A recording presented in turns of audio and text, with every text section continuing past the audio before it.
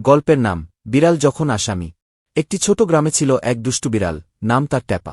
সে ছিল সাদা ধূসর রঙের, এক চোখে দাগ, আর মুখে সবসময় একটু কুটিল হাসি।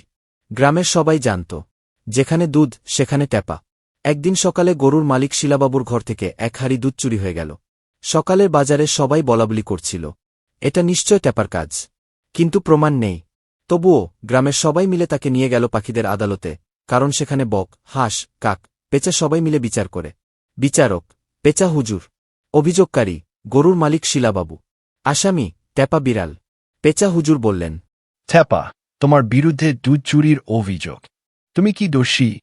ট্যাপা মুচকি হেসে বলল, আমি তো সারারাত ঘুমিয়েছি পুকুর পাড়ে। প্রমাণ চান? হাঁস ভাইকে জিজ্ঞেস করুন। হাঁস বলল, হ্যাঁ, ওকে আমি রাতে দেখি নাই। আমি তো ওদিকে পাহারা দিচ্ছিলাম। সন্দেহ আরও বেড়ে গেল। হঠাৎ এক কাঠবিড়ালি বলল, আমি রাতে দেখেছি, একটা ধূসর ছায়া চালাঘরে ঢুকেছিল। পেঁচা হুজুর চুপচাপ ভাবলেন, তারপর বললেন, আমরা কুকুর দাদা স্নিফুকে দিয়ে গন্ধ খুঁজে দেখতে বলি। স্নিফু এলো, হাড়ির ঢাকনা শুকে বলল, এটা বিড়ালের গন্ধ, কিন্তু ট্যাপার না, এটা অন্য কারো। সবাই চমকে উঠল। এতক্ষণে দেখা গেল পাশের গ্রাম থেকে এক বনবিড়াল এসেছিল রাতে, আর সেই দুধ চুরি করেছিল। সবার সন্দেহে ট্যাপা পড়ে গিয়েছিল শুধু তার অতীত কীর্তির কারণে। অবশেষে পেঁচা হুজুর ঘোষণা করলেন, ট্যাপা নির্দোষ, কাউকে অতীত দেখে বিচার করা উচিত নয়।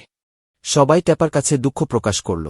ট্যাপাও বলল, আমি এবার সত্যিই বদলাব।